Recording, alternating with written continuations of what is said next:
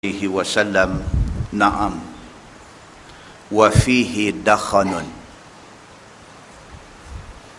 فقلت وما دخنه قال رسول الله صلى الله عليه وسلم قوم يهدون بغير هدي تعرف منهم وتنكر قلت فهل بعد ذلك الخير من شر قال رسول الله صلى الله عليه وسلم نعم دعاة إلى أبواب جهنم من أجابهم إليها قذفوه فيها قلت يا رسول الله صفهم لنا فقال رسول الله صلى الله عليه وسلم هم من جلدتنا ويتكلمون بألسنتنا قلت فما تأمرني إن أدركني ذلك قال رسول الله صلى الله عليه وسلم تلزم جماعة المسلمين وإمامهم قلت فإن لم يكن لهم جماعة ولا إمام قال رسول الله صلى الله عليه وسلم فاعتزل تلك الفرق كلها ولو أن تعض بأصل شجرة حتى يدركك الموت وأنت على ذلك أو كما قال hadis sahih riwayat Al-Bukhari daripada Huzaifah bin Al-Yaman radhiyallahu an. Tuan-tuan, Huzaifah bin Al-Yaman dia sahabat Nabi. Dia dikenali di kalangan sahabat-sahabat Nabi sebagai penyimpan rahsia Nabi sallallahu alaihi wasallam. Hebat dia ni sampai pada satu hari Umar Al-Khattab, selepas daripada wafat Nabi, ketika Umar Al-Khattab menjadi khalifah, Umar panggil dia, Umar tanya dia. Umar tanya kepada Huzaifah bin Al-Yaman, Umar kata, kamu tengok muka aku, adakah aku orang munafik? Manusia sehebat Umar boleh tanya Huzaifah bin Al-Yaman, kamu tengok muka aku, ada tak ada munafik pada muka aku? Hadis yang kita baca pada malam ini riwayat daripada Huzaifah bin Al-Yaman radhiyallahu an. Kata Huzaifah, kana an-nas yas'aluna Rasulullah sallallahu alaihi wasallam 'anil khair wa kuntu as'aluhu 'anil syarr. Dia kata kebanyakan orang kalau jumpa Nabi, mereka nanti tanya Nabi tentang benda-benda baik. Orang lain kalau jumpa Nabi nak tanya Nabi tentang benda baik. Contoh, sahabat jumpa Nabi, mereka tanya Nabi, ya Rasulullah, ayyul a'mali afdal? Apakah satu amalan hak paling baik? Nabi jawab. Tapi Huzaifah bin Al-Yaman, dia kata orang ramai selalu kalau jumpa Nabi, mereka tanya Nabi tentang benda baik. Wa kuntu as'aluhu 'anis syarri. Tapi aku kalau jumpa Nabi, aku nak tanya Nabi tentang benda-benda yang buruk. Makhafata an yudrikani. Pasal apa? Pasal aku takut pada diri aku ada benda buruk.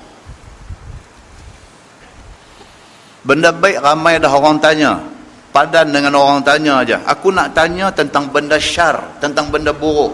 Aku nak tanya Nabi tentang benda-benda buruk, supaya bila Nabi jawab, aku boleh menghindari, aku boleh elak daripada kena benda buruk.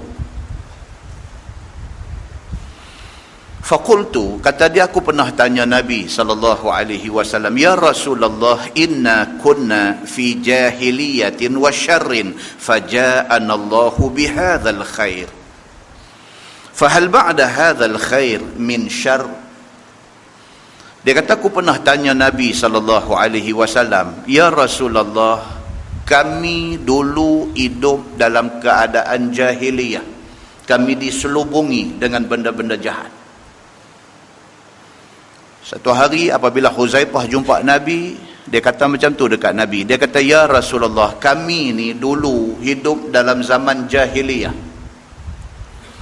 Hidup kami buka mata celek pagi, yang kami nampak ialah benda syar, benda jahat. Kami hidup dalam keadaan orang minum arak. Kami hidup dalam keadaan orang berjudi. Kami hidup dalam masyarakat yang mengamalkan zina. Kami hidup dalam masyarakat yang anak dara orang kena rogol. Kami hidup dalam masyarakat yang mencuri ni lambat lepa nak mencuri. Kami hidup dalam masyarakat tipu menipu ini amalan biasa. Kami hidup dalam masyarakat saling bunuh-membunuh. Kerana satu benda kecil hang bunuh aku, adik-beradik aku bunuh balik adik-beradik hang. Inna kunna fi jahiliyah. Sesungguhnya kami dulu hidup dalam keadaan jahiliyah wasyar, dan hidup dalam keadaan dikelilingi benda-benda jahat. Faja'ana Allahu bihadzal khair. Allah wa'mai kepada kami al-khair. Allah wa'mai kepada kami Islam. Allah wa'mai kepada kami engkau wahai Muhammad. Allah wa'mai kepada kami Al-Quran. Daripada kami hidup bergelumang dengan dosa, maksiat, permusuhan dan sebagainya, tiba-tiba Allah bangkitkan Tuhan sebagai Nabi.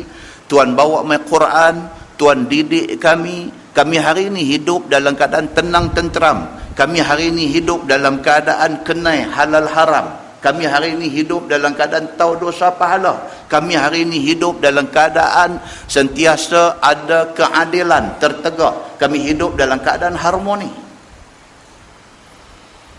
Soalnya dia kata, fahal ba'da hadzal khair min syarr. Dia kata, saya nak tanya Tuhan, dia kata dekat Nabi SAW, adakah selepas ni kejahatan tu akan mai balik? Kami pernah hidup dalam keadaan bergelumang dosa, kami hidup dalam maksiat, kami hidup dalam permusuhan, tapi Tuhan mai bawa Islam, bawa Quran, bawa keadilan, bawa keharmonian. Hari ini kita hidup dalam keadaan tenang, aman, tenteram. Adakah ke depan esok kejahatan ni nak mai balik? Qala Rasulullah sallallahu alaihi wasallam, na'am. Nabi kata ya. Lepas daripada zaman hampa hidup dengan harmoni, hampa hidup dengan tenang tenteram, hampa hidup dengan nikmat Islam dan iman, lepas ni jahat nanti mai balik. Faqultu wa hal ba'da dhalika syarri min khair. Dia kata, ya Rasulullah, lepas pada mai jahat tu adakah baik mai pula? Dulu kita hidup dalam jahiliah, Islam mai kata hidup dalam keadaan elok. Tuan kata lepas ni jahat nanti mai balik. Adakah lepas jahat tu mai balik kebaikan? Qala Rasulullah sallallahu alaihi wasallam, na'am. Nabi kata ya. Bila ada kejahatan, ada orang akan membawa panji-panji kebaikan. Islam nanti mai balik. Islam hidup balik di dalam masyarakat. Wa fihi dakhanun. Nabi kata, tapi Islam yang mai balik esok ni adalah Islam yang ada dakhanun. Faqultu wa ma dakhanu. Abu Huzaifah bin Al-Yaman dia tanya Nabi, dia kata, dakhanun itu apa? Yang kata lepas jahiliah Islam mai, lepas Islam jahat mai balik, lepas jahat mai balik kebaikan. Kebaikan yang mai tu mai sekali dengan dakhanun. Dakhanun itu apa? Huzaifah tanya Nabi. Qala Rasulullah sallallahu alaihi wasallam, qaumun yahduna bighairi hadi. Pada waktu itu Islam mai balik, tetapi orang yang memerintah kamu, pemimpin yang ada yang memerintah kamu pada masa itu, mereka ini ada dakhanun. Dakhanun itu ialah mereka memerintah tetapi tidak mengikut petunjuk aku. Nabi kata. Nampak macam baik tapi tak mau ikut Islam. Nampak macam jaga kebajikan, tapi tak mau Islam. Sedangkan yang Nabi SAW bawa itu kebaikan cara Islam. Tapi akan mai satu masa esok ni kebaikan yang mai tu kebaikan baik, tapi tidak mau ikut Islam. Tidak mau ikut Quran sepenuhnya, tidak mau ikut pimpinan Nabi SAW sepenuhnya, tapi bukan jahat sangat, baik juga, tapi tak mau ikut Islam. Maka pada ketika itu Nabi kata kebaikan, bukan tak baik-baik, tetapi dakhanun, tetapi kebaikan yang ada bantah. Baik, tapi tak mau nak terima Islam sepenuhnya. Ta'rifu minhum wa tunkir. Nabi kata keadaan lebih tak elok lagi apabila kamu tahu kata mereka itu tidak ikut petunjuk Nabi, tapi kamu tak peduli. Kamu pada masa itu bersifat, orang putih kata ignorance. Kamu ignore benda tu. Kamu tahu kata itu tak betul. Kamu tahu kata dia tak ikut Islam sepenuhnya, tapi kamu mengambil sikap membisu. Kamu ignore, kamu ambil sikap tak mau peduli. Kalau duduk-duduk, sembang-sembang, cakap, kata benda ni tak betul, benda ni tak betul, tapi biar apilah. Nabi kata kamu akan melihat satu kaum yahduna bi ghairi hadi. Mereka memimpin tetapi tidak mengikut pimpinan aku. Ta'rifu minhum wa tunkir, dan sedihnya kamu tahu tapi kamu buat tak tahu. Qultu, Huzaifah kata kepada Nabi sallallahu alaihi wasallam, fa hal ba'da dzalikal khair min syarr? Dia kata okey, lepas dah mai kebaikan, tetapi kebaikan yang ada dakhnun, kebaikan yang baik tapi tak mau ikut pimpinan Nabi, adakah lepas tu nak mai jahat lagi? Qala Rasulullah sallallahu alaihi wasallam, na'am. Nabi kata ya. Lepas daripada zaman hampa duduk dalam keadaan bukan kata tak baik, cuma tak mau ikut Islam, lepas pada tu dia akan mai satu keadaan lagi teruk. Du'atun ila abwabi jahannam. Pada ketika itu akan mai satu zaman di mana penyeru-penyeru yang menyeru orang ke pintu-pintu neraka jahannam ni cukup ramai. Orang putih kata keadaan getting worse. Keadaan ni nampak semakin karut. Dia mai macam ni. Kita tengok zaman hari ni. Kita tengok apa berlaku di Syria. Itu keadaan cukup worse. Apabila orang mengaku Islam, bunuh orang Islam. Itu worse. Apabila orang mengaku Islam yang duk tunggu turn, duk tunggu giliang, duk tunggu masa untuk nak pergi buat haji, tapi sementara nak tunggu pergi buat haji, bunuh saudara sama Islam. Apabila orang mengaku Islam, dia bukan sahaja bunuh orang Islam, dia pilih untuk bunuh orang Islam dengan cara yang cukup sadis, dengan cara yang cukup kejam. Dia boleh bunuh saudara dia sama-sama Islam dengan ambil satu pistol tembak kepala, tapi tak, dia ambil gergaji karan, dia pergi gergaji tengkuk saudara Islam bagi mati. Maknanya keadaannya cukup teruk. Dia main satu keadaan di mana dia mengaku Islam, tapi dia suruh saudara dia yang juga beragama Islam, suruh mengucap la ilaha illa, dia sebut satu nama. Wallahu a'lam, sejauh mana betul berita yang main dekat kita, harap-harap tidak betul. Tapi cerita mai kata di Syria ni sampai dipaksa orang-orang Islam yang Sunni suruh mengucap la ilaha illa bashar. Wal'ayazu billah. Harap-harap berita tu tak betul. Tapi kalau betul, itulah keadaan yang dimaksudkan oleh Nabi SAW. Dia mai satu zaman di mana satu manusia yang berakhlak tinggi, yang berilmu tinggi, yang Quran 30 juzuk ada di dada, yang ayat mukanya jernih, yang hidupnya hari-hari fikir tentang bagaimana nak kembangkan Islam, tiba-tiba dijatuhkan hukum mati. Macam yang jadi di Bangladesh. Pimpinan tertinggi Jamaat Islami Bangladesh, yang kalau tuan-tuan tengok muka dia pun tuan-tuan tak akan kata dia orang jahat, tapi mahkamah dia jatuh hukum mati dekat dia. Keadaan di mana orang jahat jadi baik, keadaan di mana orang baik dikatakan jahat. Nabi SAW kata akan mai satu zaman di mana doa ila abwabi jahannam, akan mai penyeru-penyeru yang menyeru manusia ke pintu neraka jahannam. Man ajabahum ilaiha qazafuhu fiha. Siapa bantah dia, dia akan campakkan mereka ke pintu neraka. Neraka dia. Neraka dia apa dia? Penjara. Neraka dia apa dia? Dia bunuh mati. Itu neraka dia. Qultu, Huzaifah tanya Nabi, ya Rasulullah, sifhum lana. Huzaifah kata, ya Rasulullah, tolong cerita saat mai, depa ni orang macam mana? Yang kata jadi doa, yang kata jadi penyeru-penyeru kepada abwabi jahannam, yang duk suruh manusia ke neraka jahannam ni, cuba cerita saat mai kat kami, depa ni orang macam mana? Cuba sifatkan siapa mereka ni, macam mana orang, macam mana rupa mereka ni. Faqala Rasulullah sallallahu alaihi wasallam, hum min jildatina wa yatakallamuna bi alsinatina. Orang yang nak buat pelingkup orang Islam ini ialah orang yang sama kulit dengan kamu. Ialah orang yang bahasa bercakapnya sama dengan kamu.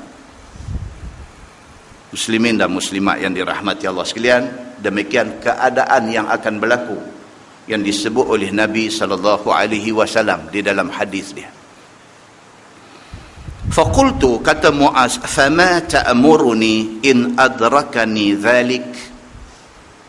Huzaifah kata dekat Nabi, ya Rasulullah, kalaulah ditakdirkan saya hidup di zaman itu, apa nasihat Tuan pada saya?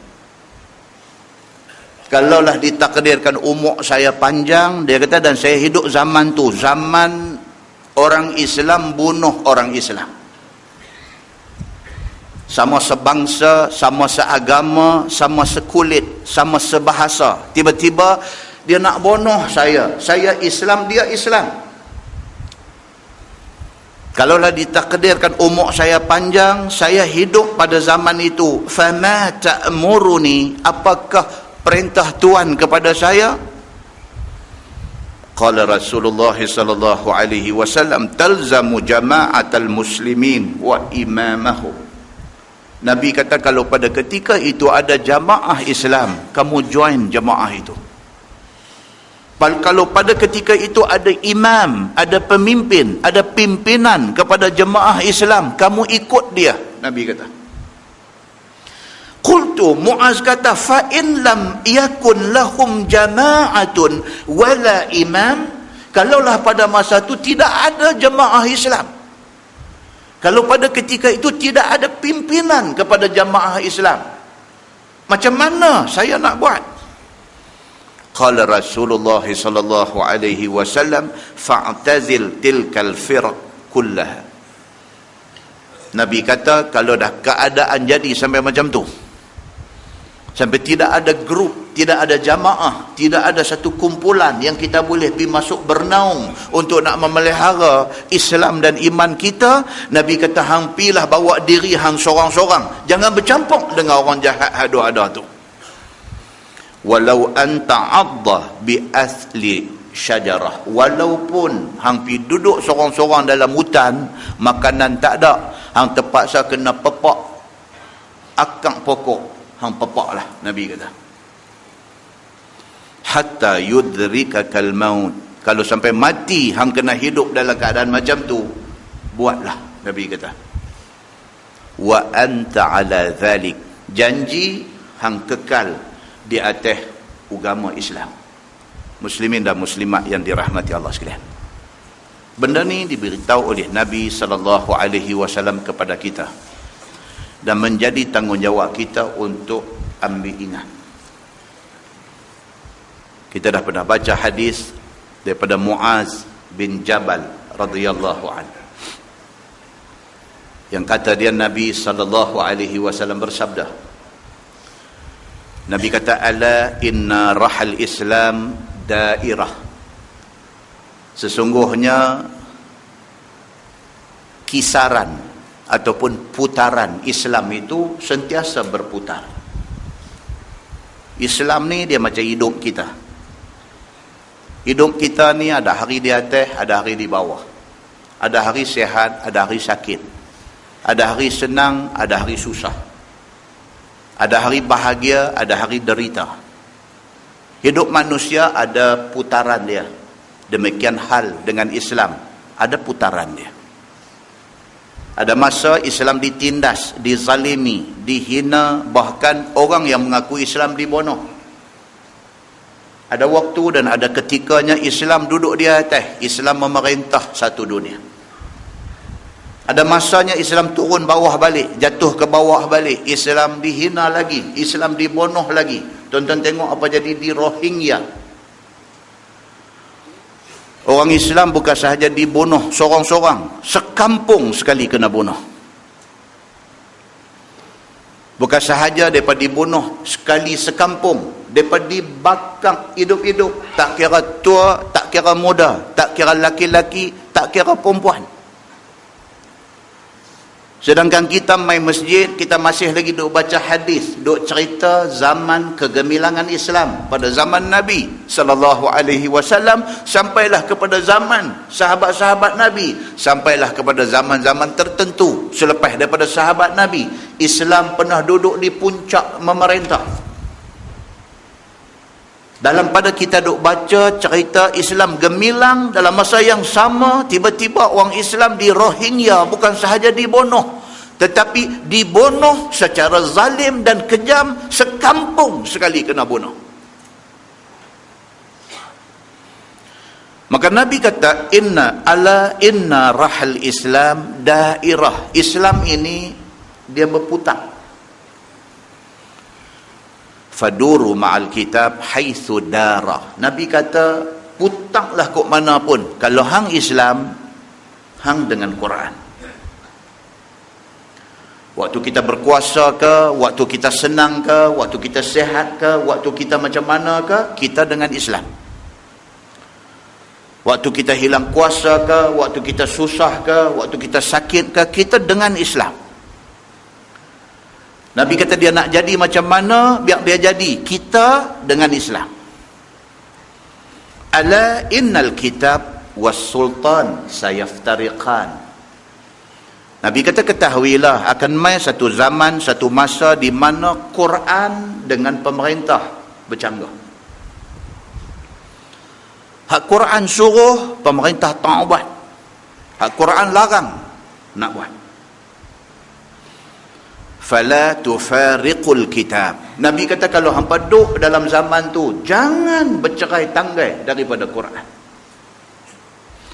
Kalau ditakdirkan hampa hidup pada zaman itu, zaman pemerintah bercanggah dengan Quran, bercanggah dengan hadis, bercanggah dengan Islam, hampa dengan kitab. Ala innahu sayakunu alaikum umara yaqduna li anfusihim ma la yaqduna lakum.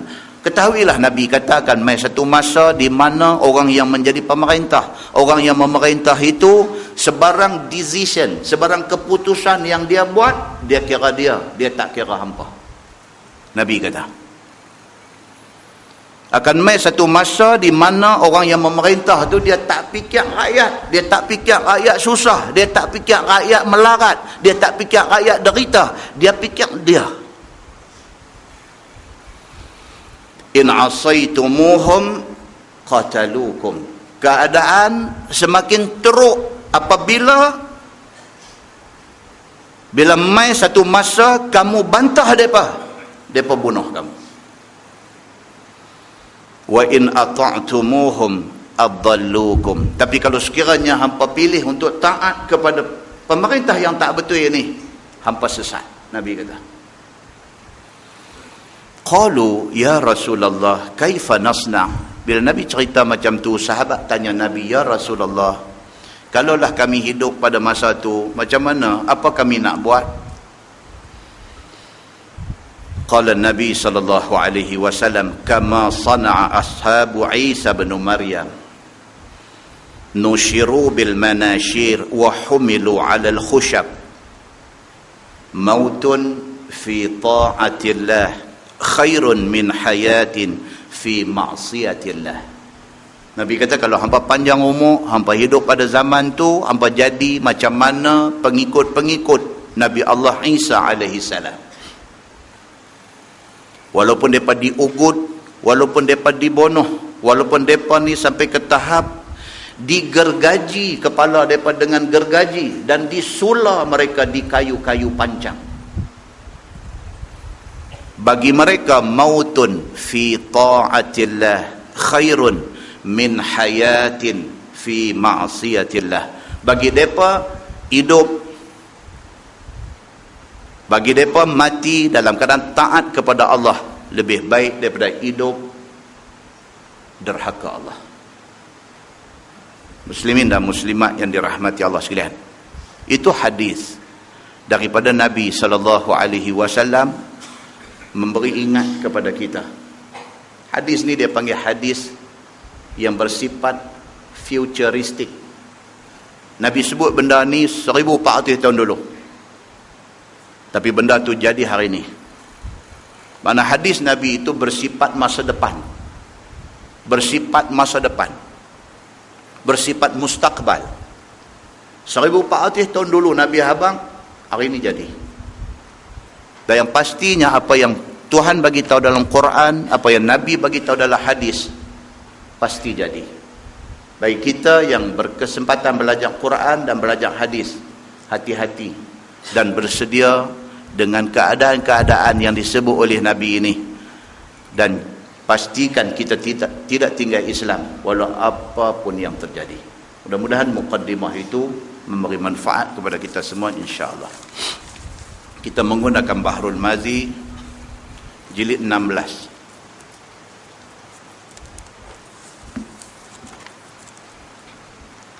Muka surat 23. Muka surat 23, bab fil ladzi yakdhibu fi hilmi. Itu bab yang datang pada membicarakan orang yang buat bohong dalam mimpinya. Ni tajuk malam ni pembohong. Dia tak mimpi, dia kata dia mimpi. Dia mimpi lain, dia pergi habaq lain. Dia nak cerita, kata ada manusia yang dia ni suka bohong. Sampai tak ada pasal pun dia bohong. Apa pun dia mimpi, kalau dia tak cerita ke orang, bukan ada satu rugi dekat dia, tapi tak, dia saja nak pergi pembohong orang. Ada manusia dia bohong apabila dia tersepit, dia bohong. Tapi ada manusia saja-saja pun bohong. Ini dia nak beritahu. Bab yang datang pada menyatakan hadis yang membicarakan orang yang buat bohong dalam mimpinya. Ketahuilah saudaraku, buat bohong itu haram pada tempat-tempatnya di dalam jaga. Kita dalam keadaan jaga, dalam keadaan sedang, kita pergi bohong, itu haram, itu berdosa. Adapun dalam soal mimpi akan Nabi SAW, tiada siapa boleh bohong sekali-kali. Apatah lagi kalau bohong kata mimpi jumpa Nabi, sedangkan tidak pernah mimpi jumpa Nabi. Ada orang dia rasa bila dia habaq kata dia mimpi jumpa Nabi, dia rasa macam satu tashrif, dia rasa macam satu kemuliaan. Orang ada ni akan lebih sanjung dia lagi. Pasal apa? Pasal dia pernah mimpi jumpa Nabi. Dia nak ambil yang tu. Macam pernah berlaku pada satu zaman dulu, orang-orang yang mengaji agama, saja-saja dia pergi putihkan rambut dia. Dia umur muda lagi, uban tak mai lagi. Dia saja pergi putihkan rambut dia. Pasal apa? Pasal dia rasa apabila dia jadi satu orang alim, apabila dia jadi satu orang yang berilmu dalam masyarakat, kalau sekiranya uban tak mai, respect orang korang. Maka dia pergi putihkan rambut dia supaya orang nampak dia ni senior, orang nampak dia ni tua, orang lebih hormat pada dia. Perbuatan itu salah. Seperti mana orang rambut putih pergi hitamkan rambut salah, macam itulah orang yang rambut hitam saja pergi putihkan rambut dengan tujuan yang macam tadi salah.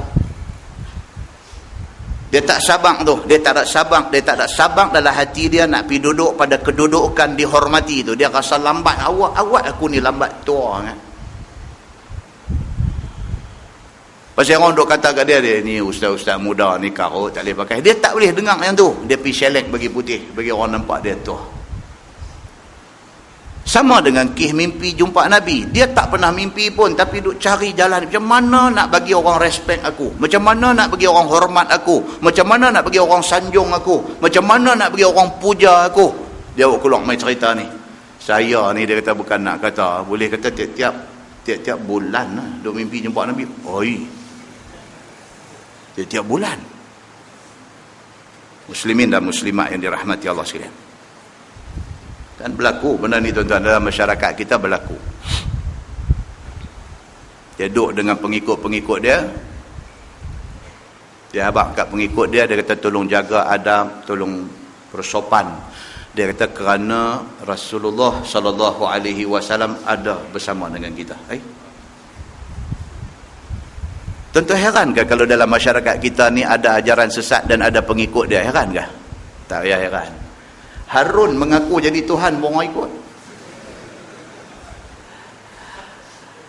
Tu dah kata mengaku jadi Nabi, mengaku jadi Tuhan tu ada orang ikut. Dan yang ikut ni bukan orang tak mengaji sekolah. Yang ikut ni dengan kereta mewah. Tu saya heran kalau buat mai satu ajaran pelik, buat mai satu ajaran yang luar biasa. Luar biasa ni dinilai dari segi apa tuan-tuan? Dinilai dari segi Quran dan hadis. Benda hak dia buat mai kat kita tu tidak pernah kita jumpa satu hadis pun cerita suruh buat lagu tu. Hak tu dia buat mai kat kita. Ikut meneru. Muslimin dan muslimat yang dirahmati Allah sekalian. Maka dia kata di sini, bohong itu tidak boleh sekali-kali.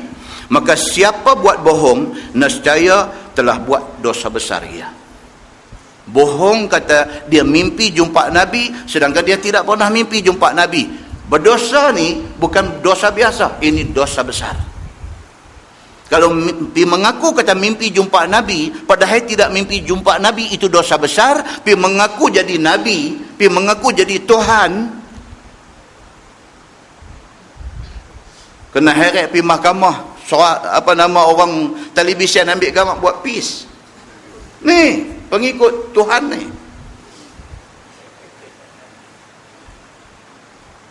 Televisyen main ambil gambar peace, goyang pula. Muslimin dan muslimat yang dirahmati Allah sekalian. Maka tidaklah boleh seseorang yang tidak bermimpi melihat Nabi, dia kata dia mimpi melihat Nabi, dan dibuat-buat bohong pada mengkhabarkan rupa Nabi dan direka-rekanya. Apatah lagi bila tak mimpi, bila cerita ke orang kata mimpi, orang nanti tanya dia, hang jumpa Nabi macam mana? Nabi nampak duk berdiri depan ke? Nampak tangan saja ke? Nampak kelibat bayang saja ke? Nampak kasut dia saja ke? Macam mana? Bila tanya macam mana, pemohong atas pada pemohong. Sebab tak mimpi, habang kata mimpi dah bohong. Bila orang tanya mimpi macam mana, nak kena bohong lagi. Bila orang kata hang nampak dah muka, nak kena bohong lagi. Nampak, dia kata muka Nabi macam mana? Dia kata aku nak abang tak tahulah, tapi janggut putih.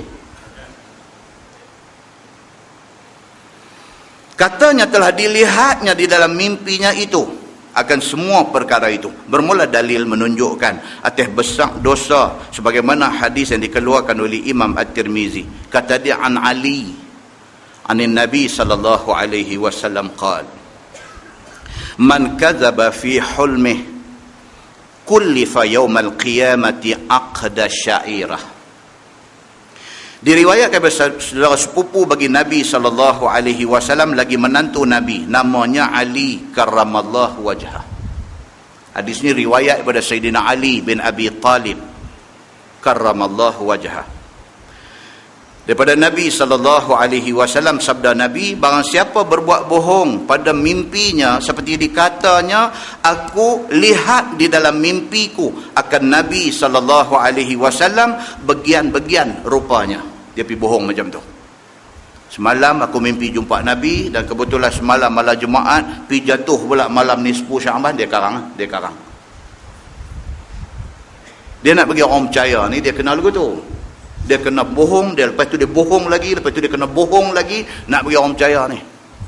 Dia kata kalau nak kata tak betul pun, malam Jumaat semalam ni pergi jatuh malam nisfu Syaban pula, dia duk pergi tu. Dia kawan yang dengar ni pun betul ke malam nisfu Syaban, takkanlah. Muslimin dan muslimat yang dirahmati Allah sekalian. Maka kata dia bermimpi begitu. Dan rupa Nabi itu bagian-bagian keadaannya. Sedangkan itu adalah bohong semata-mata. Nescaya diberati akan dia pada hari kiamat untuk menyimpul sebiji syair ataupun gandum. Di hari akhirat esok, dia nak kena masuk neraka. Kalau sekiranya hang tak mau masuk neraka, ni hang tolong simpui biji gandum ni. Gandum, tuan-tuan, besar beras kita tu. Macam mana nak simpui? Boleh kan nak simpui gandum sebiji? Nak simpui. Macam mana kita ambil tali rupiah simpui tu, ambil gandum, ambil beras sebiji, simpui. Maknanya boleh buat, tak boleh buat benda tu? Maknanya tak boleh buat. Maknanya kalau hang tak boleh buat benda tu, hang masuk neraka. Itu maksud dia. Maksudnya Allah nak bagi tahu, kata siapa bohong kata mimpi tengok Nabi di dalam tidur dia, di hari akhirat esok dia nak kena masuk neraka. Kalau dia tak mau masuk, dia kena buat benda ni. Dia kena simpui biji gandum sebiji. Sesuatu yang mustahil dia buat. Bila dia tak boleh buat, dia masuk neraka. Maksudnya apa? Tentu dia kena masuk neraka. Kalau dia bohong, kata dia mimpi jumpa Nabi, sedangkan dia tidak mimpi. Muslimin dan muslimat yang dirahmati Allah sekalian. Macam orang cerita. Dia kata tok bomo yang boleh duk buang hantu raya. Bomo tapi dia boleh buang hantu raya. Dia buat lagu mana? Dia ambil telung rebui, dia bawa hantu raya yang duk kacau kawan ini, bawa pergi di satu tempat. Dia kata kat hantu raya tu, hang tunggu sampai telung ni menetas. Telung rebui boleh menetas ke? Tak boleh menetas. Makna dia apa? Makna dia hantu raya tu tak balik dah kat tuan dia, duk tunggu telung tu, tunggu sampai kiamat.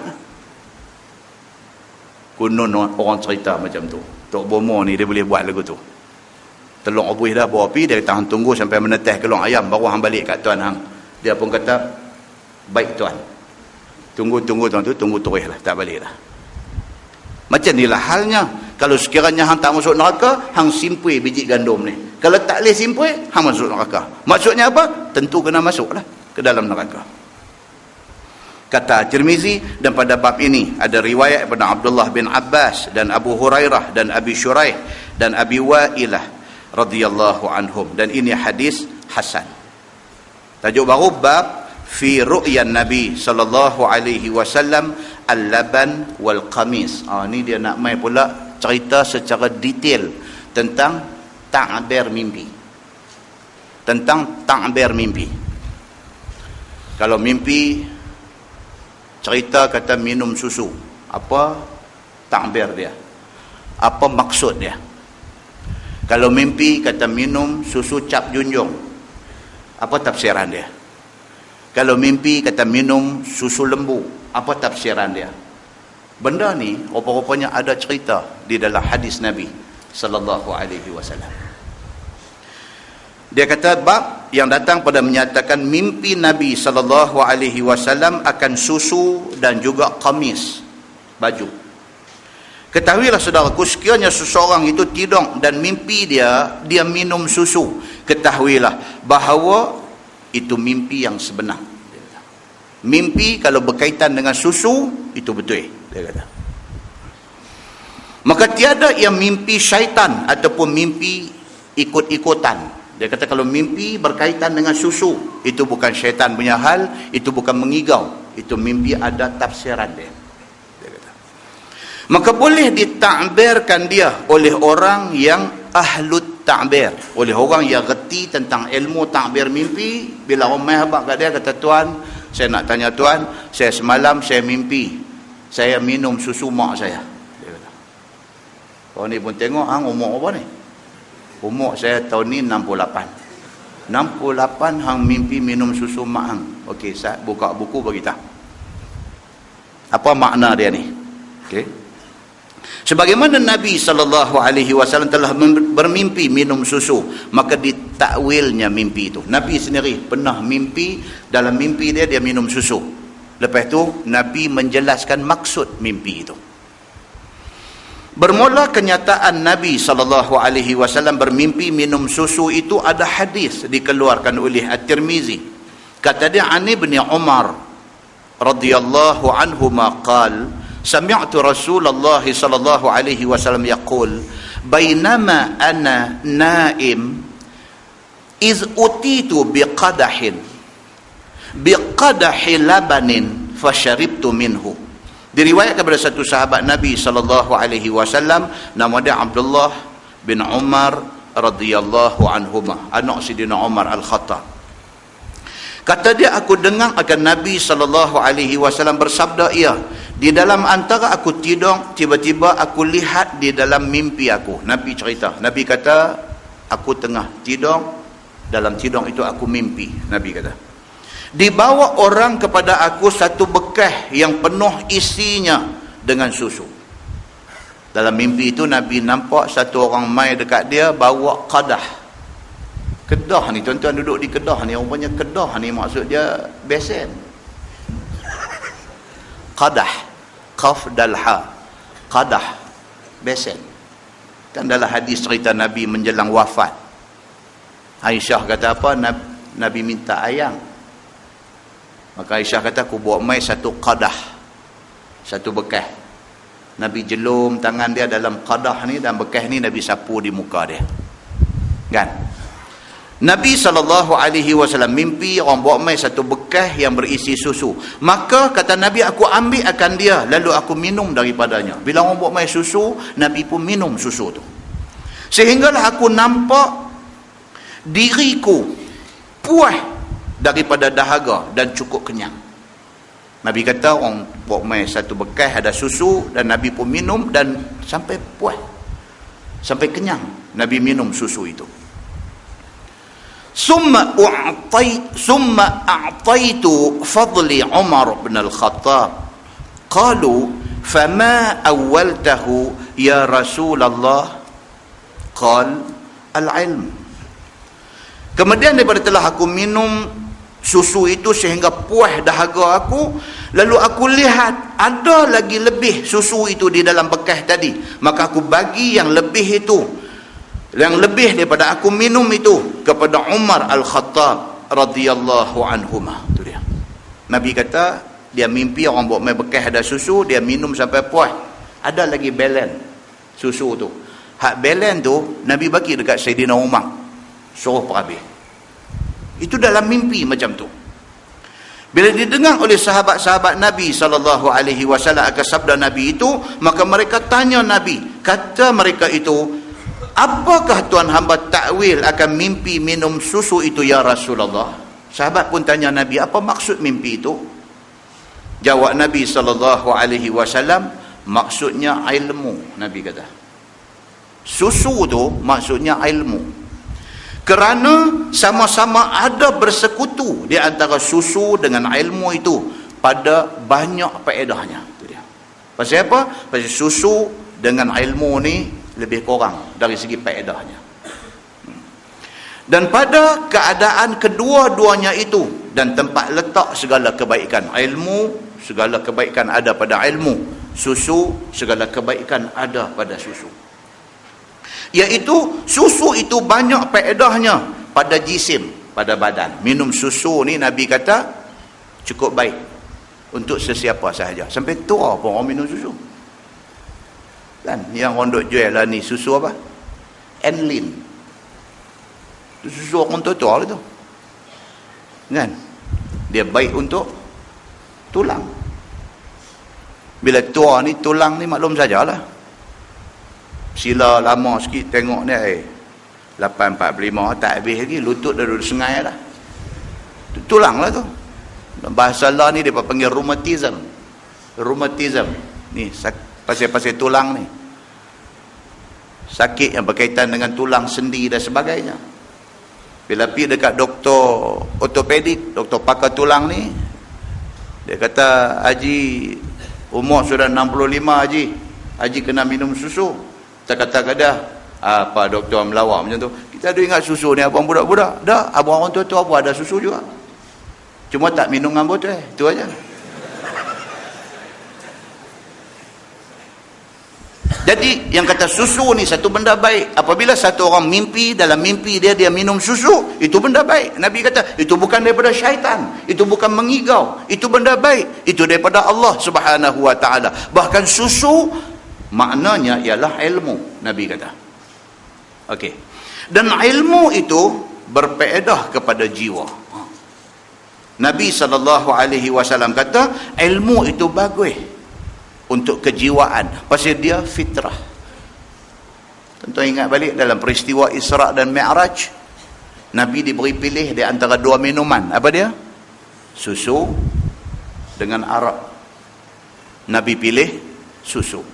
Pasal apa? Pasal susu ini tidak ada syak lagi, dia baik. Begitu kata At-Tirmizi. Dan pada bab ini ada riwayat daripada Abi Hurairah dan Abi Bakrah dan Abdullah bin Abbas dan Abdullah bin Salam dan Khuzaimah dan At-Tufail bin Syikhirah dan Samurah dan Abi Umamah dan Jabir dan lain-lain lagi. Dan bermula hadis Ibni Umar itu hadis yang sahih. Dia kata hadis tadi hadis sahih. Masalah mimpikan susu dan minumnya, apa takbirnya? Kata Qistallani. Ini ulama hebat, tuan-tuan. Dia boleh baca Qistallani dan boleh baca Qastallani. Qaf tu boleh baca bawah pun boleh, baca atas pun boleh. Qistallani boleh, baca Qastallani pun boleh. Nama betul dia Syihabuddin. Tapi dia tak terkenal dengan nama Syihabuddin, dia terkenal dengan nama Qastallani ataupun Qistallani. Dia mazhab Syafi'i. Kalau tuan-tuan baca kitab apa-apa rajin duk jumpa ni, nama dia ni Qistallani ataupun Qastallani, rajin jumpa nama dia ni. Dia ni popular dengan kitab dia Irsyadus Sari. Kitab Irsyadus Sari adalah kitab syarah kepada Sahih Al-Bukhari. Kan Sahih Bukhari ini dia ada syarah dia. Di antara syarah dia Fathul Bari, itu juga syarah kepada Sahih Al-Bukhari, dan juga Irsyadus Sari. Yang tulis kitab Irsyadus Sari, syarah kepada hadis-hadis Al-Bukhari ini, ialah dia ni Qistallani, ataupun nama dia Syihabuddin Abul Abbas ni, dia ni. Dan dia ni terkenal apa tuan-tuan ni? Dia ni terkenal sebagai satu orang yang nak kata anti pun macam anti juga. Dia tak suka dengan geng Sufism. Geng Sufi ni, geng haduk rajin meratit, tambahlah ni meratit jenis lompat-lompat macam kangaroo ni, macam-macam dah ada. Kulang Kedah ni pun jenuh benda-benda macam ni. Betul tak betul, wallahu alam. Allah Taala lebih mengetahui. Tok guru ada kata betul, ada kata tak betul, wallahu alam. Pulang balik kepada Allah. Cumanya nampak tu lagu duk lompat, lagu tu pun. Kalau Qistallani dia tak suka. Mai dekat dia cerita-cerita hak jenis macam ni, nak cerita, nak berzikir, nak berwiri, nak melompat, nak apa ni, saat lagi kenal dengan dia. Dia terkenal sebagai satu orang ulama yang tak suka benda-benda macam ni. Okey. Itu pendirian dia punya hal. Muslimin dan muslimat yang dirahmati Allah sekalian. Tetapi dia yang kata Imam Qastallani ataupun Qistallani ini, dia dianggap mujaddid pada zaman dia. Dia dianggap sebagai mujaddid, sebagai orang yang reform agama pada zaman dia. Hebat dia ni. Nak boleh jadi pengarang kepada syarah kepada Sahih Al-Bukhari Ini bukan orang biasa. Baik, cuba tengok apa dia kata. Kata Qastallani di dalam Irsyadus Sarihah ni, di dalam syarah kepada Sahih Bukhari, telah ditentukan ta'bir mimpi di dalam hadis tersebut yang kita baca tadi dengan mimpi minum susu unta. Dia kata yang kata Nabi mimpi tadi itu mimpi minum susu unta. Dia kata. Kan kita duduk pergi umrah, bila sampai di Hudaibiyah ni, pakat beratuk minum susu unta. Malam tu duduk di hotel tak pakai baju hangat. Baju sidai atas bawah suntah. Kata dia yang hadis yang kata Nabi mimpi, kata orang buat main bekas yang ada susu yang Nabi minum sampai puas, hak belen Nabi bagi dekat Sayyidina Umar tu, susu tu kata dia susu unta. Dia kata kerana ta'bir mimpi minum susu unta itu ialah dapat harta halal ataupun dapat ilmu. Malam ni kalau tuan-tuan balik, mimpi dia ada di Hudaibiyah. Allahu Akbar tuan-tuan, maksudnya nak boleh duit. Dia kata. Mimpi kata Imam Qastallani, kalau mimpi kata minum susu unta, itu makna nak dapat harta halal ataupun nak dapat ilmu. Dia kata. Katanya dan mimpikan susu lembu menunjukkan negeri tidak kemarau pada tahun itu. Itu. Ini ta'bir. Ta'bir mimpi ini dibuat berdasarkan hadis yang berbagai-bagai. Mimpi minum susu lembu, maknanya insya-Allah negeri kita tak akan kemarau. Dan menunjukkan harta halal juga. Dan susu biri-biri itu alamat harta dan sukacita dan sihat badan. Dia cerita mimpi susu ni kan cantik. Unta ke, lembu ke, biri-biri ke, apakah semua dia nak membawa kepada tafsiran yang baik. Dia kata.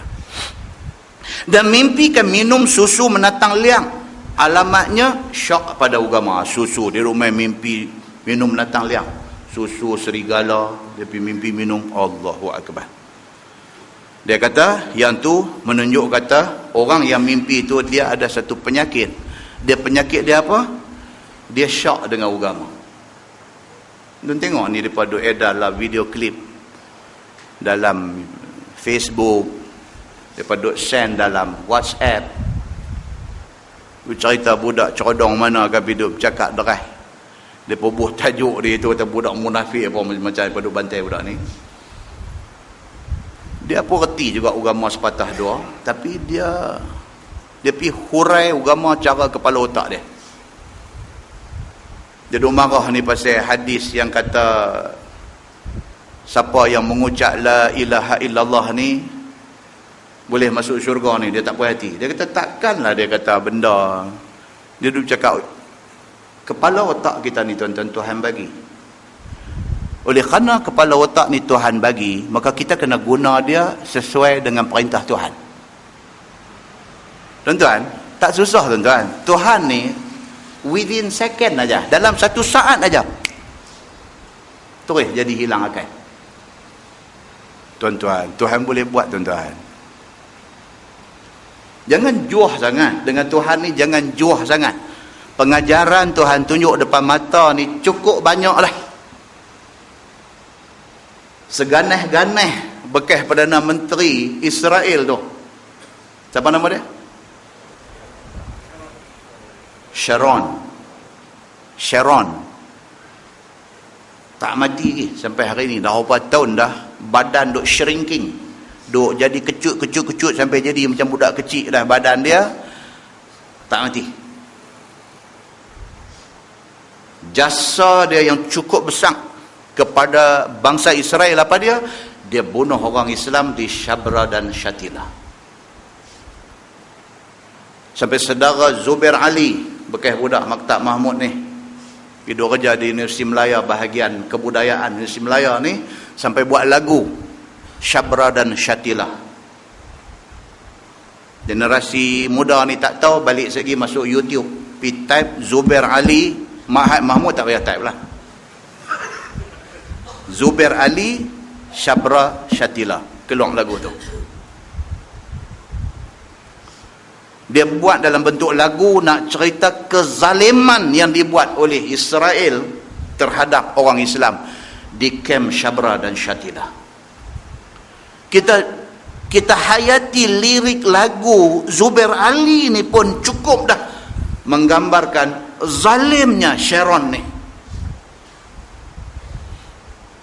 Siapa pernah sangka satu Perdana Menteri Israel yang sezalim itu tiba-tiba hari ni jadi macam tu dan tak mati.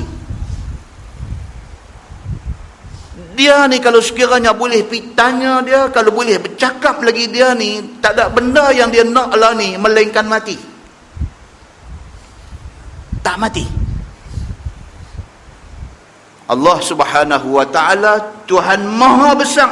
Dia boleh balas kepada orang yang jahat dengan dia, dengan agama dia, dengan orang-orang yang ikut agama dia. Dia boleh balas dengan macam-macam cara.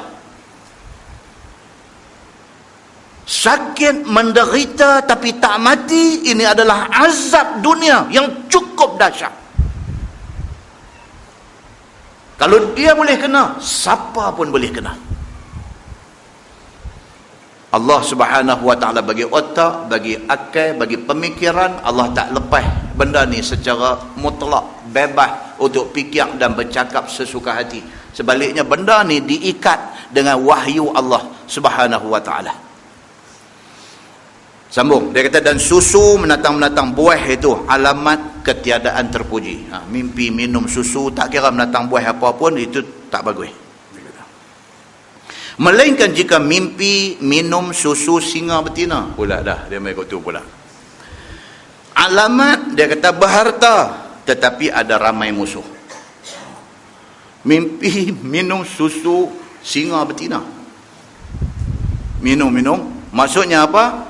Dia ni bakal jadi orang kaya, tapi musuh keliling pinggang.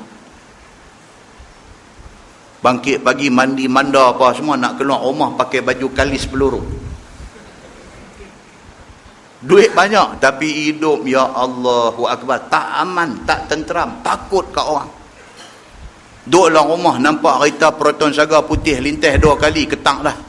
Orang nak samun aku kah? Mereka nak merok kawang ke apa? Dia jadi tak tenteram. Duduk naik kereta Kuala Pekan Halo Stang, main satu motor 2 orang, pakai helmet cermin tutup depan. Duduk beralih tengok dia lama, lebih pada seminit, dia ketak dah. Dia kata, puak ni nak tembak aku ke apa ke? Lagu tutup sahkaya pun tak apa.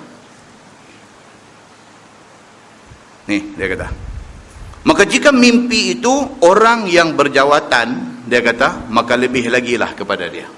Lagi takut dia bila mimpi minum susu singa betina. Sedangkan dia orang yang ada jawatan, dia lagi tak boleh tidur lena. Begitu. Dan kata Abu Sahal Al-Masihi, dia kata, mimpi minum susu singa jantan pula alamat dapat kemenangan daripada lawan musuh pula dah. Dia pikir tu pula dah. Jadi dalam mimpi tu tuan-tuan mau duk renung tengok singa ni jantan ke betina. Kan? Mau duk renung tengok lagu tu. Ini semua adalah tafsiran daripada Qistalani berdasar kepada hadis yang berbagai-bagai. Dia kata, terus di bawah tu, mimpi memakai baju kurung itu apa takbirnya? Ini pula mimpi pakai baju qamis, baju kurung. Ini baju macam saya pakai ni dia panggil qamis, juga dipanggil baju kurung. Begitu. Sesungguhnya takbir mimpi pakai baju kurung itu ada macam-macam juga.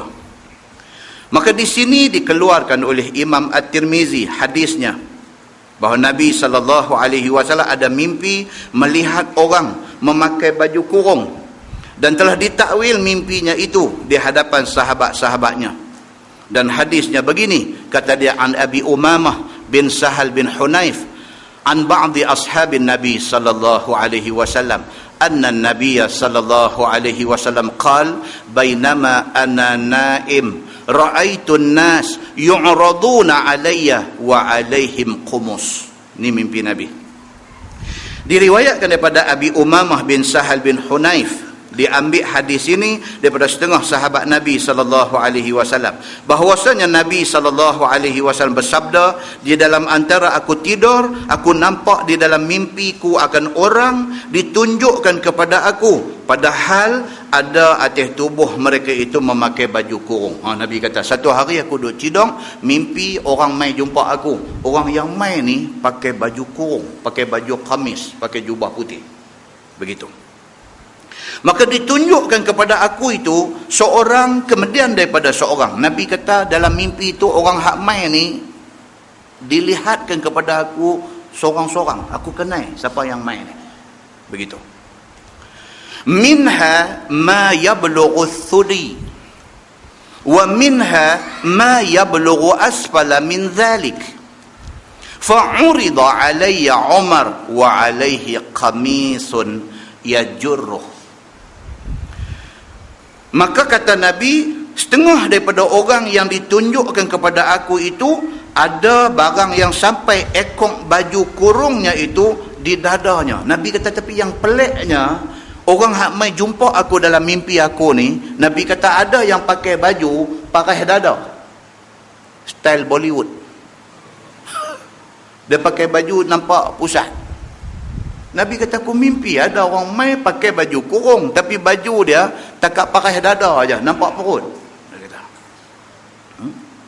Dan setengah daripadanya ada yang sampai ke bawah daripada itu, yakni sampai ke pusat. Nabi kata ada sebahagian lagi hak mai itu pakai baju sampai parai pusat. Dan ada yang sampai ke paha. Ada yang bajunya sampai ke paha. Macam mana jemaah tabligh pakai. Lagu tu pun ada, dia kata. Dan ada yang sampai kepada lututnya. Ada yang labuh daripada paha pergi sampai parai lutut. Pun ada juga, macam Pakistan kapet. Ada juga, dia kata. Dan ada yang sampai kepada mata kakinya. Ada yang pakai jubah full sampai mencicah buku lalinya. Ini mimpi Nabi. Nabi mimpi macam tu. Orang mai pakai baju macam-macam ragam. Ada yang pakai parai dada saja, ada yang parai pusat, ada yang parai paha, ada yang parai lutut, ada yang sampai ke buku lali. Baju hak pakai ni. Di dalam itu ditunjukkan orang kepada aku akan Umar Al-Khattab radhiyallahu anhu. Dalam ramai-ramai itu Nabi kata ada Sayyidina Umar Al-Khattab. Dan aku lihat atas badannya, yakni atas badan Umar, baju kurung panjang yang dipakainya di atas badannya dihela sampai ke tanah. Umar ni pakai baju labuh hela, dia kata. Ni, hak tadi pakai dada, pakai pusat, pakai paha, pakai lutut sampai buku lali. Umar ni mai pakai baju labuh, dia kata. Bila didengar mereka akan sabda Nabi SAW demikian itu, maka mereka lalu bertanya akan takwil mimpi Nabi itu. Qalu fama awwaltahu ya Rasulullah? Qala ad-din. Maka kata sahabat, apakah tuan hamba nak takwilkan, nak tafsirkan akan mimpi tuan hamba itu ya Rasulullah? Jawab Nabi SAW, aku ta'birkan dia dengan agama. Nabi kata. Jadi kalau mimpi itu berkisar tentang baju, itu cerita pasal agama. Itu yang kata ta'bir mimpi. Baik.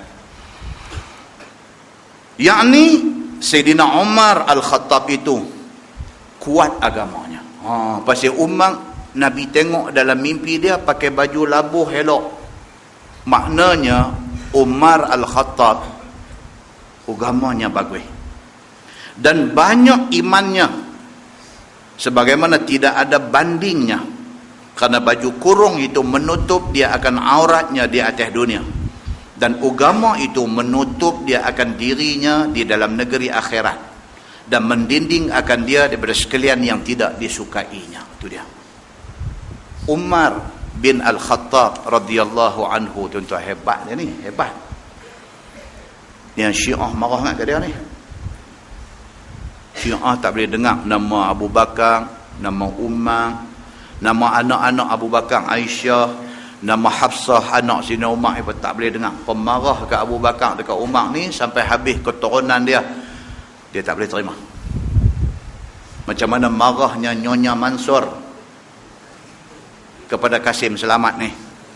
Dia kata, aku tak suka hang dengan keturunan hang sekali, aku tak suka. Ahlil music, dia kata, tak suka. Walhal yang kata Umar dan Abu Bakar ni orang bagus tak bagus tuan? Bagus. Tak pernah dengar hadis cerita tentang Umar Al-Khattab. Dia kata, wafaqtu Rabbi fi thalathin. Umar kata, qultu ya Rasulullah law ittakhadna min maqami Ibrahim musalla fanazalat wattakhidhu min maqami Ibrahim musalla. Nak cerita kata hebat Sayyidina Umar ni. Dia kata ada 3 perkara. Aku bagi cadangan, Allah setuju. Bukan Nabi setuju, Allah setuju. Apa dia? 1. Dia kata pada satu hari dia cadang dekat Nabi, Sayyidina Umar ni. Dia ada di Mekah, dia cadang dekat Nabi.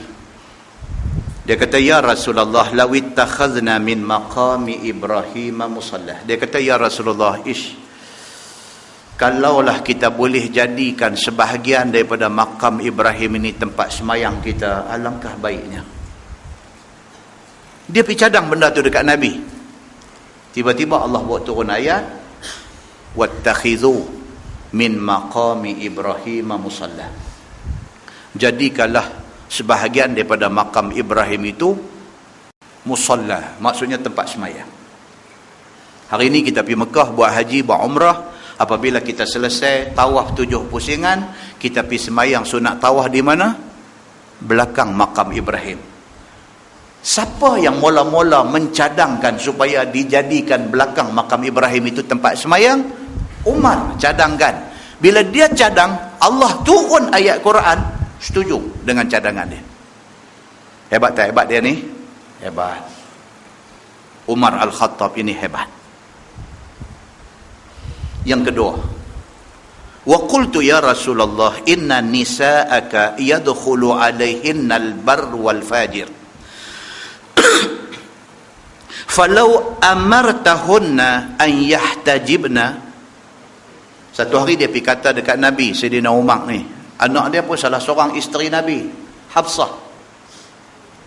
Satu hari Sayyidina Umar pergi menghadap Nabi, dia kata, ya Rasulullah, dia kata, kalaulah boleh, tuan minta isteri-isteri tuan pakai jilbab, pakai tudung, tutup rambut, tutup semua, pakai tudung, alangkah baiknya. Masa tu ayat perintah tudung tak turun lagi. Umar ni dia duk tengok isteri-isteri Nabi ni, dia pergi kata dekat Nabi, dia kata, ya Rasulullah, alangkah baiknya kalau sekiranya isteri-isteri tuan ni suruh pakai tutup. Dia kata, pasal apa? Pasal yadkhulu alaihinnal bar wal fajir. Dia kata sebab orang hak duk keluar masuk tu ada orang baik, ada orang jahat. Kita mana tahu. Macam hari ni tuan-tuan, orang main minta derma kat kita. Kita tahu ke dia ni betul tak betul? Kita pun tak tahu. Kita mana ada kemampuan nak kenal dia ni. Dia buh kepiah putih, dia gantung janggut sikit, dia apa, dia main abang, dia nak buka mahat tahfiz. Kita mana tahu dia betul ke tak betul? Kita tak bagi, tak ke betul? Kita bagi, tak ke dia pemohong? Tapi bagi tengok tak betul. Kita dapat tak pahala? Kita bagi ke dia? Dapat. Pahala kita dapat. Kalau kita ikhlas, kita bagi duit yang kita bagi daripada sumber yang halal, kita dapat pahala. Tapi tang dia tu, kita tak tahu betul tak betul. Jadi Umar atas alasan itu, dia pergi kata dekat Nabi, dia kata, ya Rasulullah, alangkah baiknya kalau sekiranya isteri-isteri tuan ni suruh pakai tudung, tutup elok-elok. Dia kata, pasal orang duk keluar masuk ni, kita tak kenal mereka ni baik ke jahat, kita tak kenal. Allah turun ayat, wa qul lil mu'minat yaghdudna min absarihinna wa yahfazna furujahun wa la yubdina zinatahunna illa ma zahara minha wal yadribna bi khumurihinna ala juyubihinna. Itu ayat hijab. Allah turun ayat Muhammad kata kepada orang perempuan yang beriman, orang perempuan, mata tundukkan pandangan, jangan duk liak mata. Orang perempuan, kalau betul-betul kita beriman, kita jaga pandangan mata kita, jangan duk tengok bebas sangat. Wa yahfazna furujahunna, dan suruh depa ni supaya pelihara maruah dan kehormatan depa. Wala yubdina zinatahunna, jangan depa duk tunjuk, duk tayang perhiasan depa.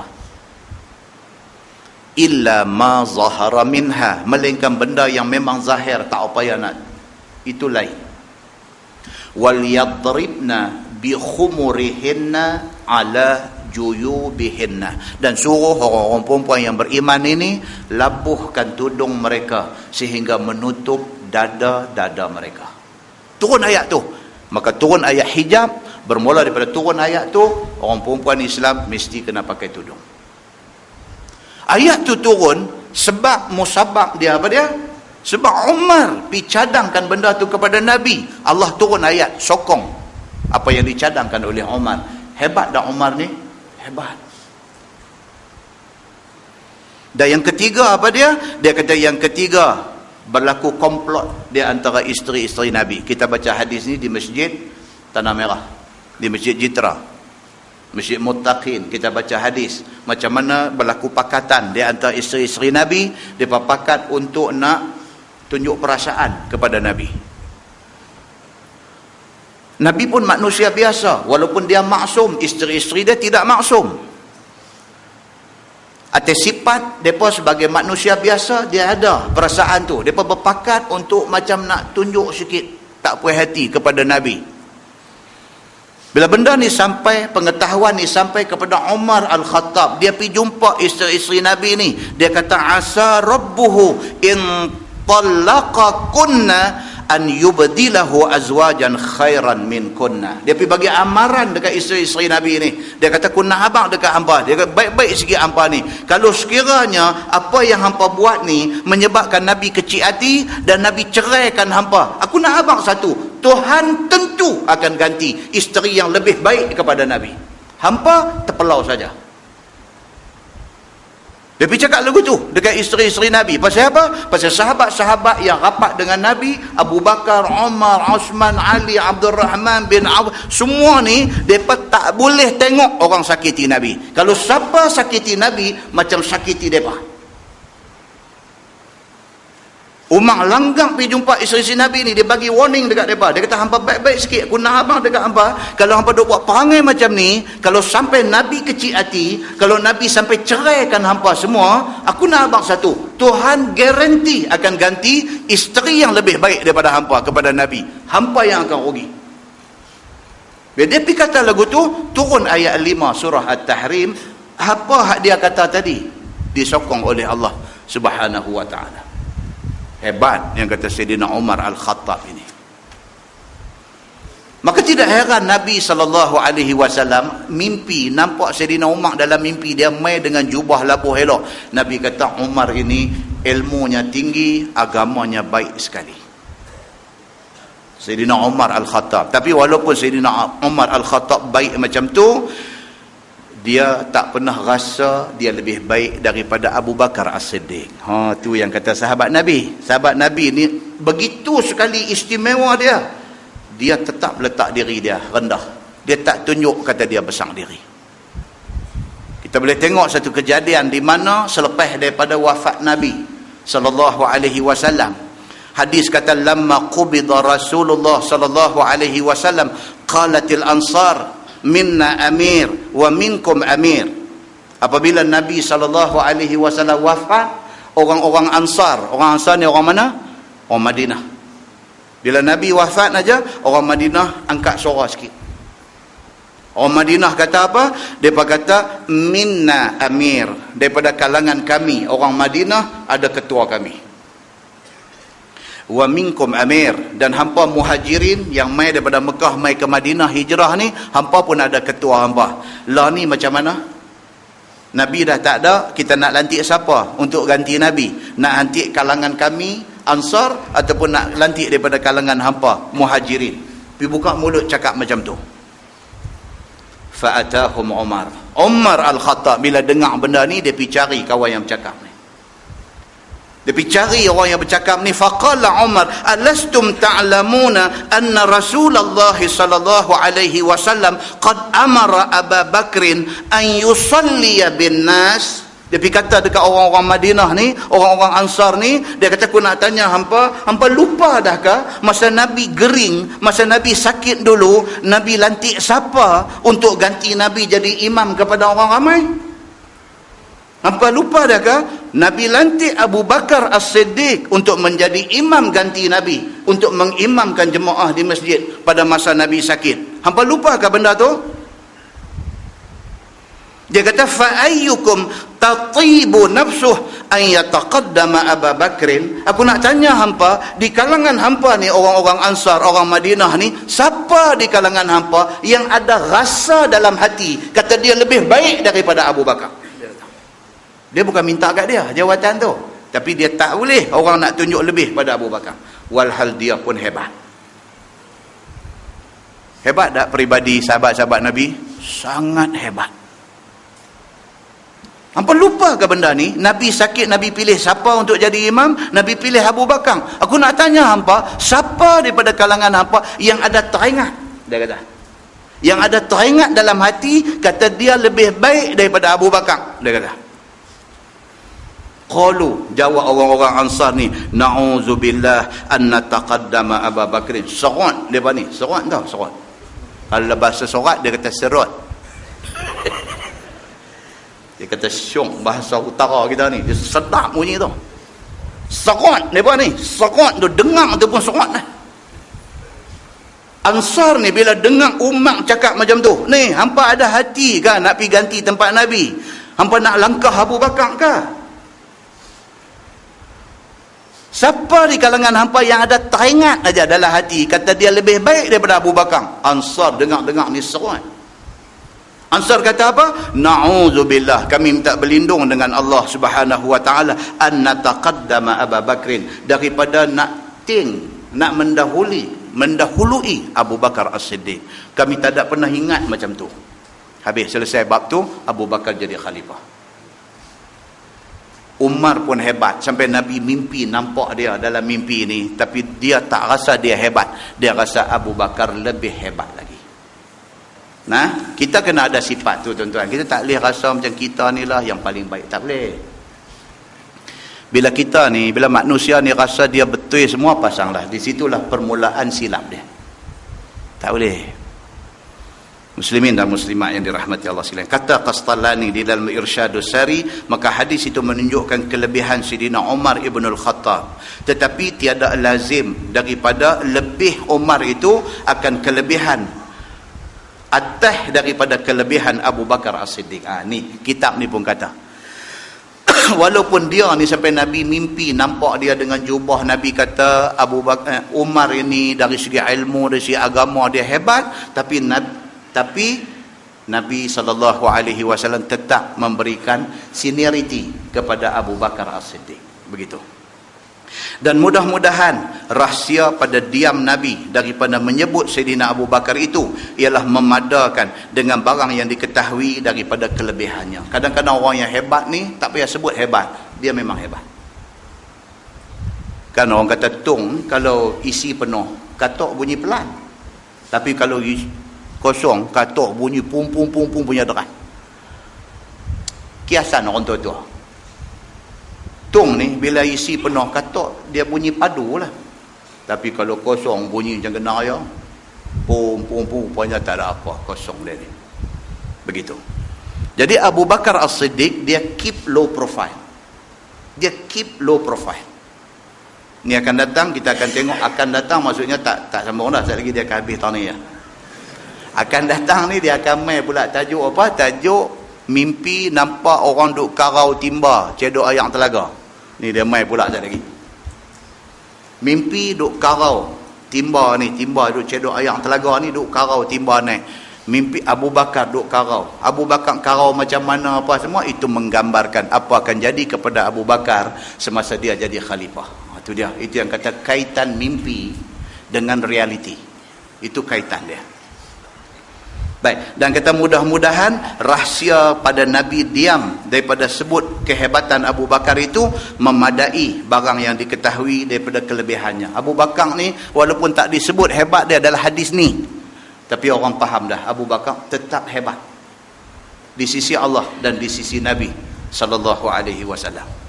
Ataupun disebutkan oleh Nabi tetapi lupa rawi daripada menyebutkannya. Ini ulama punya ni, dia kata mungkin Nabi ada sebut tapi rawi terlupa nak catatkan benda tu. Maka yang dikehendaki ialah menjaga atas bahawasanya setengah daripada orang yang dapat bahagian-bahagian lebih kuat pada agama Sayyidina Umar radhiyallahu an. Dia nak bagi tahu kata Sayyidina Umar Al-Khattab ini kuat agamanya tetapi tidaklah sampai melebihi Sayyidina Abu Bakar As-Siddiq. Nah, wallahu a'lam. Lepas ni insya-Allah kita masuk bab ru'ya Nabi sallallahu alaihi wasallam al-mizan wad-dal. Itu bab yang datang pada menceritakan tentang mimpi Nabi sallallahu alaihi wasallam tentang neraca. Nabi satu malam tidur mimpi neraca, apa nama? Kati penimbang ni turun daripada langit. Apa tafsiran mimpi itu? Dan ad-dalwa. Dalwa maksudnya tu, cebok aduk cedok ayam telaga tu. Yang tu tajuk yang akan datang. Jadi apa kaitan mimpi tentang cebok telaga itu dengan kehidupan realiti? Nah, insya-Allah panjang umur kita sambung bulan 3 pula. Begitu. Mudah-mudahan ada kelapangan masa, ada kesihatan, kita sambung pada bulan 3 nanti insya-Allah. Lepas ni tuan-tuan dia akan mai lagi cerita tentang satu rawi hadis yang bernama Abu Bakrah dan kisah kontroversi Abu Bakrah. Dia akan jumpa esok ni. Dia ni satu orang hebat Abu Bakrah ni, tapi dia ada satu kisah kontroversi dia dicatatkan di dalam sejarah. Dan tajuk pasal takbir mimpi saja saya ingat habis tahun 2014 tak habis lagi tajuk ni. Habis tahun 2014 silap-silap hari bulan tak habis lagi tajuk takbir mimpi. Rupanya dia satu cabang ilmu yang cukup luas. Hadis-hadis yang menceritakan tentang takbir mimpi. Kita tangguh dengan tasbih kafarah dan suratul As. Subhanakallahumma wa bihamdika asyhadu an la ilaha illa anta astaghfiruka. Bismillahirrahmanirrahim. Wal 'asr innal insana إلا الذين آمنوا. اللهم صل على محمد في الأولين والآخرين وسلم ورضي الله تبارك وتعالى عن ساداتنا أصحاب سيدنا رسول الله أجمعين. بسم الله الرحمن الرحيم. الحمد لله رب العالمين حمدا يوافي نعمه ويكافئ مزيده. يا ربنا لك الحمد كما ينبغي لجلال وجهك الكريم وعظيم سلطانك. رضينا بالله ربا وبالإسلام دينا وبمحمد نبيا ورسولا. اللهم افتح علينا فتوح العارفين وارزقنا فهم النبيين بجاه خاتم المرسلين. اللهم فقهنا في الدين وعلمنا التأويل واهدنا صراطك المستقيم. اللهم أرنا الحق حقا وارزقنا اتباعه وأرنا الباطل باطلا وارزقنا اجتنابه. اللهم اجعل جمعنا جمعا مرحوما وتفرقنا من بعده تفرقا معصوما. وصلى الله على محمد وعلى آله وصحبه وسلم والحمد لله رب العالمين. السلام عليكم.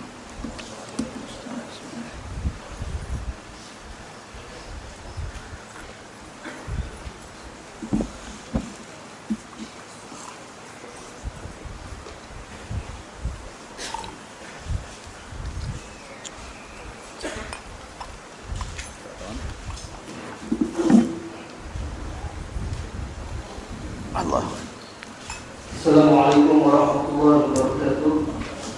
Tuan-tuan dan puan yang dirahmati Allah sekalian, izinkan saya